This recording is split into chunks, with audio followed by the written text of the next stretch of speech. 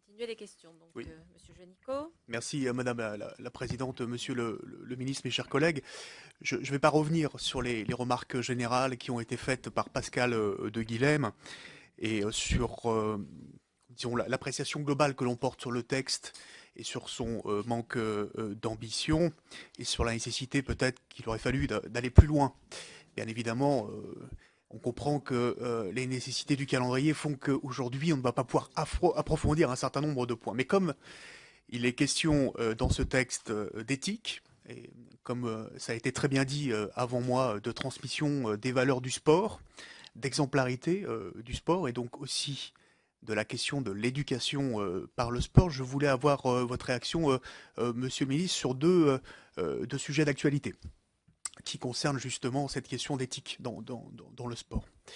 Le premier sujet d'actualité, c'est la proposition qui a été faite récemment, qui me paraît indécente, qui nous paraît indécente, par le PSG et par les fonds qataris qui l'alimentent financièrement, d'un salaire de 800 000 euros pour Monsieur David Beckham. Ça s'est pas fait, d'accord, mais enfin, vous le savez tous, mes chers collègues, nous sommes dans un championnat de France de Ligue 1 professionnelle où il n'est pas rare que dans certains clubs, aujourd'hui, des salaires atteignent souvent plus de 300 000 euros.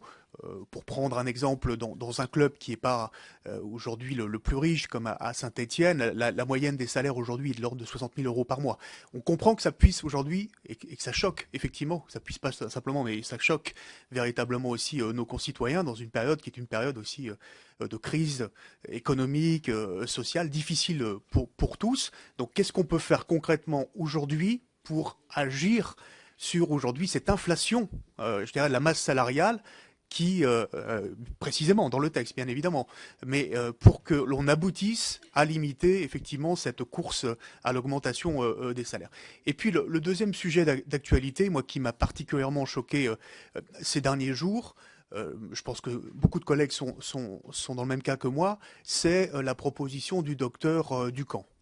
Euh, Bon, sur la question d'une option au baccalauréat qui consisterait finalement à proposer aux jeunes adolescents de s'inscrire dans un programme d'amaigrissement pour aller vite sur l'indice de masse corporelle qui est profondément discriminatoire. Est-ce qu'on ne pourrait pas, plutôt que de proposer ce type de mesures profondément dangereuses et démagogiques, plutôt insister sur aujourd'hui peut-être un élément qui manque, je dirais, dans la proposition de loi sur l'éthique du sport, qui est comment on développe les pratiques sportives, les disciplines sportives dès le plus jeune âge, aujourd'hui, pour toute la population et pour tous. Et comment on développe les activités physiques et sportives. Et je pense en particulier au milieu scolaire. Nous avions formulé la proposition que de l'école élémentaire jusqu'à la terminale secondaire, mais aussi après à l'université, sous d'autres formes, mais qu'il y ait au moins 4 heures effectives par semaine de sport à l'école obligatoire, ce qui permettrait, là je dirais, de lutter efficacement par rapport à des phénomènes comme le surpoids ou l'obésité, qui sont des phénomènes qu'il ne faut pas sous-estimer, notamment à l'adolescence, mais qui, à mon avis, est une meilleure politique.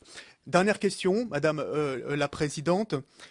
Est-ce qu'on pourrait aussi imaginer, c'est une proposition qui n'a pas forcément possibilité d'être intégrée dans une loi, dans un texte législatif, mais aussi de favoriser d'une certaine façon sur le plan financier les fédérations sportives qui donnent l'exemple en matière de conventions passées avec des organismes qui aujourd'hui travaillent dans l'éducation par le sport. Je pense par exemple à ce qui a été fait récemment par la Fédération de handball avec l'Agence pour l'éducation par le sport dans une convention qui permet à l'ensemble de la fédération de développer la discipline sportive du handball dans l'ensemble des quartiers populaires et en direction de toutes les populations, qui est une convention assez exemplaire. Est-ce qu'on ne pourrait pas imaginer, Monsieur le Ministre, que ce type de convention-là donne quelque part un bonus financier aux fédérations qui mènent ce type d'opération? Voilà. Merci.